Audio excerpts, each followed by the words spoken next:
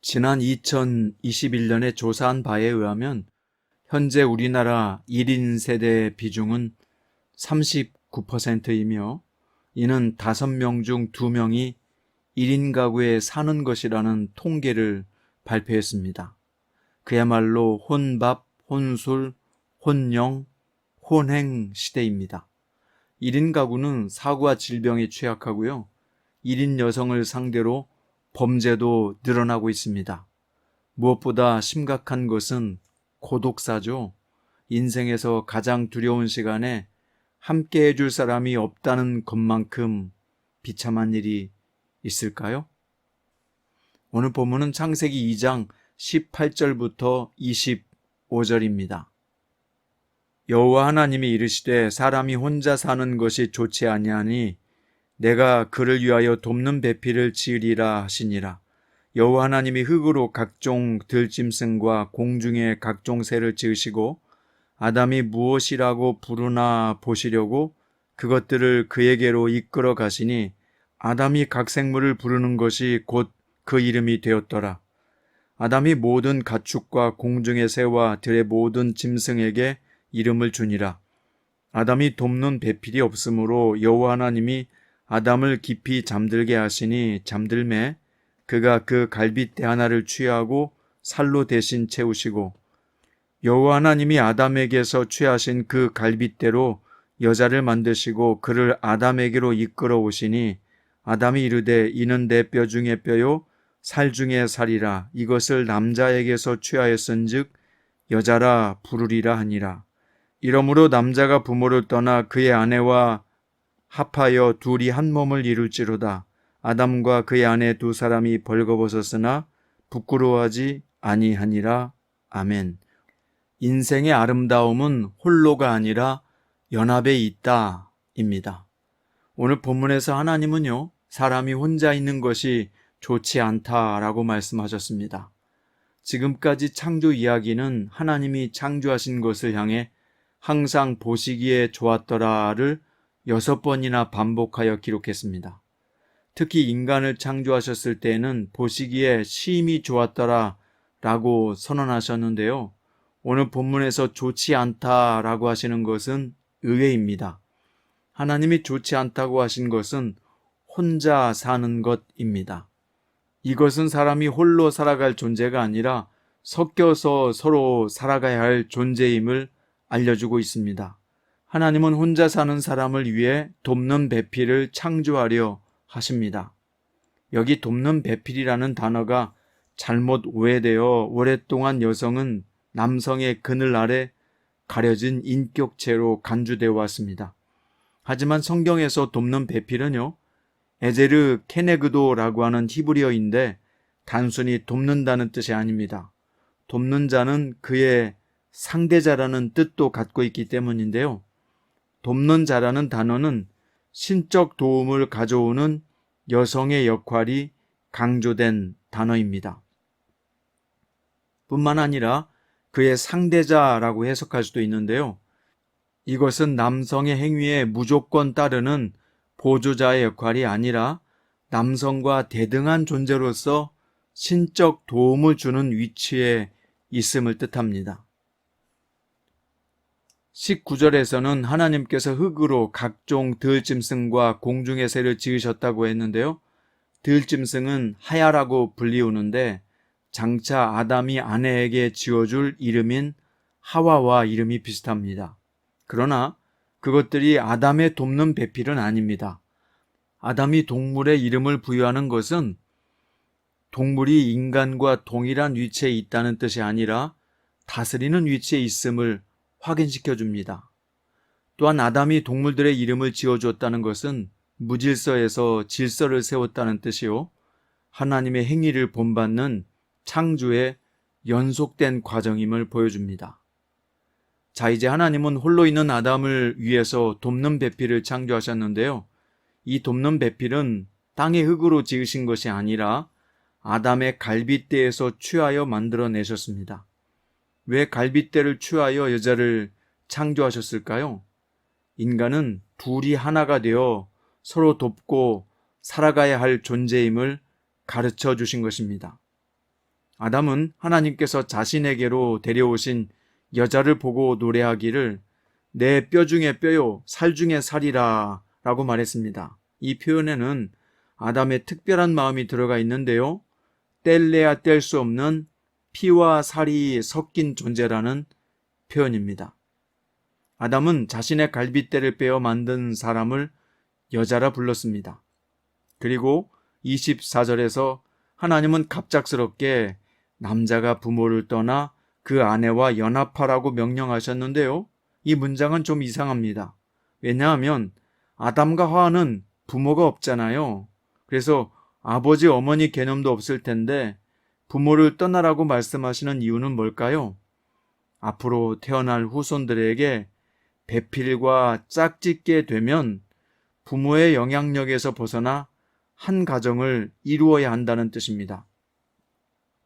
우리가 여기서 주목할 것은 남자에게 부모의 집을 떠나라고 하셨다는 것인데요. 이스라엘 족장 가운데 야곱을 제외하면 여성이 아비 집을 떠나는 것이 일반적이었습니다. 더군다나 아브라함이 보여주듯이 아버지 집을 떠난다라는 뜻의 해오이는 매우 위험한 시도로 간주되었습니다. 이것은 무슨 뜻일까요? 결혼 전에는 부모에 대한 중요한 책임을 져야 하지만 결혼 후에는 그의 아내에 대한 책임을 져야 한다는 메시지로 말씀하신 것입니다. 자, 이제 남자와 여자는 새로운 가정을 이루게 되었는데요. 특징이 있습니다. 그들은 발가벗었으나 부끄러움은 없었다고 표현합니다. 자, 그럼 이 오늘 본문은 우리에게 무엇을 가르쳐주고 있을까요? 우리는 이 말씀을 삶에 어떻게 적용해야 할까요? 먼저 사람은 혼자 있는 것보다 함께 어울려져 사는 것이 더 아름답다는 것입니다. 이것은 또한 하나님께서 바라시는 것인데요. 제가 서두에 우리나라의 1인 가구가 폭증하고 있다고 말씀드렸잖아요. 조론이라는 신조어도 흔히 쓰이고 있고요. TV 방송에서도 보면 혼자 사는 즐거움과 같은 프로그램들이 방영이 되어 홀로 사는 문화를 조장하고 있는 것은 아닌가 염려스럽습니다. 혼자 사는 게 나쁜 일이거나 죄를 짓는 행위라고 볼 수는 없습니다. 그러나 사람은 힘들어도 사람과 어울려 살도록 지어졌고요. 그게 가장 아름다운 인생을 사는 비결이기 때문입니다. 또한 무엇보다 우리의 신앙을 유지하고 하나님을 섬기기 위해서는 함께 사는 공동체가 필수적입니다. 불교는 혼자서 수행하고 도를 닦을 수 있지만 기독교는 세상 속에서 사람들 속에서 빛이 되고 소금이 되어야 할 사명이 성도들에게 있습니다. 홀로 있는 시간을 내어 침묵하며 깊이 생각하는 시간을 갖는다는 것은 매우 유익한 일입니다. 예수님도 그렇게 하셨으니까요. 그러나 홀로 지내는 것보다 더 귀한 인생은 함께 어우러져 서로 돕고 사랑하며 사는 공동체에 소속되어 사는 것입니다. 우리 그리스도인들은 서로 돕고 사랑하며 살 때 가장 복되고 아름다운 성도의 삶을 살 수 있습니다. 두 번째로, 돕는 배필은 여자가 남자를 보조하는 위치가 아니라 대등한 위치를 갖고 있음을 뜻합니다. 저는 최근 어느 식당 카운터 앞에 이렇게 큰 글이 새겨져 있는 것을 보았습니다. 여자 말을 잘 듣자. 잘 들으면 자다가도 떡이 생긴다. 요즘 시대를 잘 표현하는 문구라는 생각이 들었어요. 요즘은 여성의 지위가 많이 상승해서 이런 문구를 흔히 사용하기도 합니다. 그러나 성경에서 남녀는 한쪽이 우선시 된 것이 아니라 동등한 평등 관계입니다.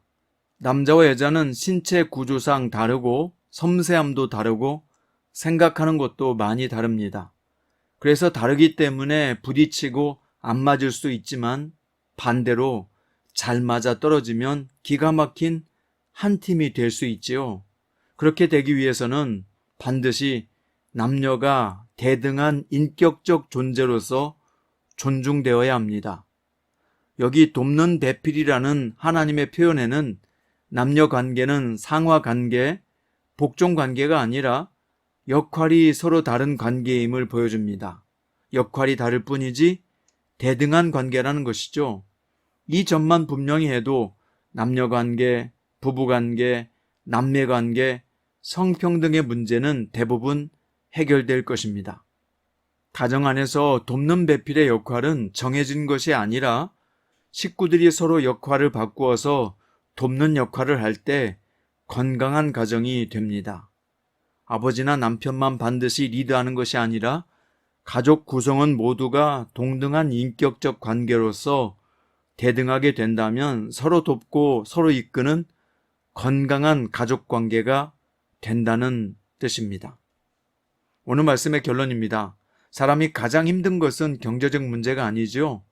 건강 문제도 아니고요. 사회적 문제도 아니고 사실은 사람과의 관계 문제입니다. 그래서 어떤 사람들은 아예 모든 사람의 관계 인연을 다 끊고 산으로 들어간 사람들도 있는데요. 그런데요, 알고 보면 나를 돕는 사람이 있고 내가 도울 수 있는 사람이 있다는 것은 축복이에요. 함께 하나님을 바라보며 말씀대로 살도록 격려해주고 지지해주는 동역자가 있다는 것은 큰 행복입니다. 힘들어도 돌봐줄 수 있고 사랑받고 사랑할 수 있는 가족이 있다는 것은 놀라운 은총입니다. 오늘 내가 기도해 줄 사람이 있고 나를 위해 기도해 줄 동역자가 있다는 것은 가장 큰 든든함이고요. 이렇게 슬픔도 기쁨도 함께 나눌 사람이 있다는 것은 가장 중요한 선물을 하나님께 받았다는 뜻입니다. 그러므로 힘들다고 혼자 살 생각을 하지 말고요. 주님이 나에게 붙여주신 귀한 분들과 함께 가장 멋들어지게 가장 행복하게 살 방법을 궁리하고 찾아보십시오. 또 기도해 보십시오.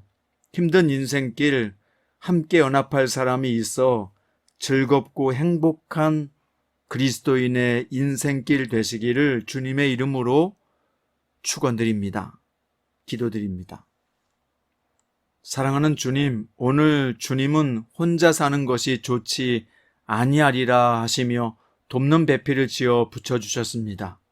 내가 누군가의 도움을 받게 하시고 내가 남을 도와주는 사람이 되게 해 주십시오. 그래서 홀로 살기보다 함께 사는 즐거움과 행복을 찾아가는 행복한 성도로 살게 해 주십시오. 사랑받기보다 사랑을 베풀 때 가장 큰 행복을 느끼는데 우리도 사랑을 베풀며 살게 해 주십시오. 오늘도 살아계신 예수님의 이름으로 기도드립니다.